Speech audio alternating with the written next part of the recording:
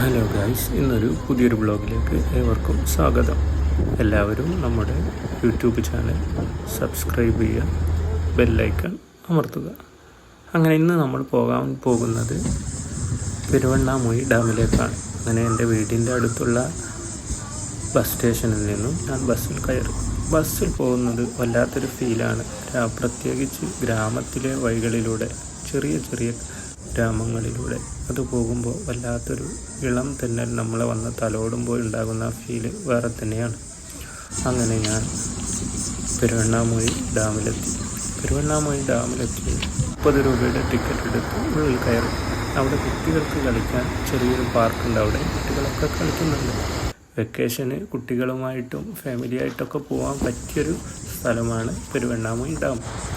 അങ്ങനെ അതിൻ്റെ 2 ഭാഗങ്ങളിലേക്കായി വഴികളുണ്ട്. ഞാനങ്ങനെ ഡാമിൻ്റെ അടുത്തേക്ക് പോയി. കഠിനമായ വേനലായതുകൊണ്ട് തന്നെ വെള്ളം കുറച്ച് കുറവാണ്. എന്നാലും ഡാമിൻ്റെ ഒരു ഭാഗത്ത് നല്ല ശക്തിയായി വെള്ളം വരുന്നുണ്ട്.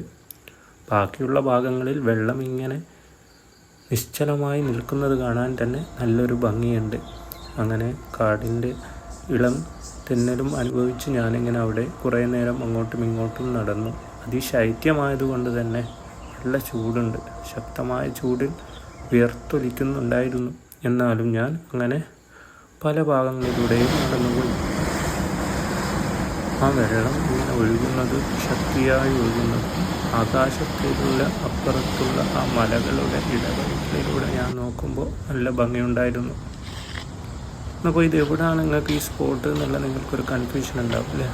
ഇത് കോഴിക്കോട് ജില്ലയിലെ ആണ്. കോഴിക്കോട് ജില്ലയിൽ ഏകദേശം പേരാമ്പ്രയിൽ നിന്ന് പെരുവണ്ണാമൂഴി ബസ് കയറ്റിയാൽ അവിടെ നിങ്ങൾക്ക് എത്രയും വേഗം എത്താൻ പറ്റും. അവിടെ വന്യജീവികൾ ഉണ്ട് എന്നൊക്കെ പറയുന്നുണ്ടെങ്കിലും ഞാനൊരു വന്യജീവിയെയും അവിടെ കണ്ടിട്ടില്ല. പ്രത്യേകിച്ച് അവിടെ കാണാനുള്ളത് പ്രകൃതി തന്നെയാണ്. പ്രകൃതിയും പിന്നെ ഡാമിൽ നിന്ന് വരുന്ന വെള്ളവും. പിന്നെ കുട്ടികളായി വരുന്നവർക്ക് കുട്ടികൾക്ക് ആ വനത്തിലെ കാഴ്ചകൾ ആസ്വദിക്കാൻ കഴിയും.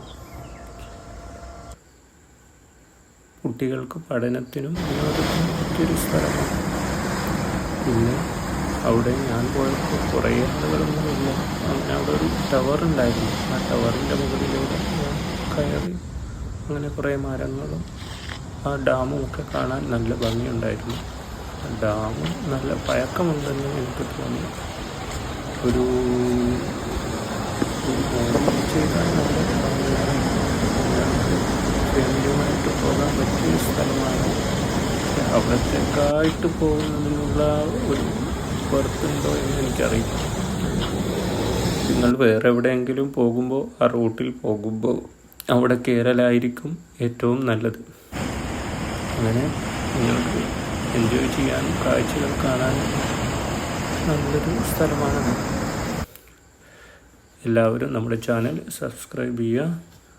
ഇനിയും ഇങ്ങനത്തെ വീഡിയോസിനായിട്ട് കാത്തിരിക്കാം. അടുത്തത് നമ്മൾ ഡൽഹിയിലേക്കുള്ള ടൂറിൻ്റെ പ്ലാനാണ്. എന്നാൽ ഗൈസ്, എല്ലാവരും സപ്പോർട്ട് ചെയ്യുക, അഭിപ്രായങ്ങൾ പറയുക. എന്തെങ്കിലും നിങ്ങൾക്ക് ഡൗട്ടോ കാര്യങ്ങളോ ഉണ്ടെങ്കിൽ എല്ലാവരും ചോദിക്കുക. Good bye, Tata.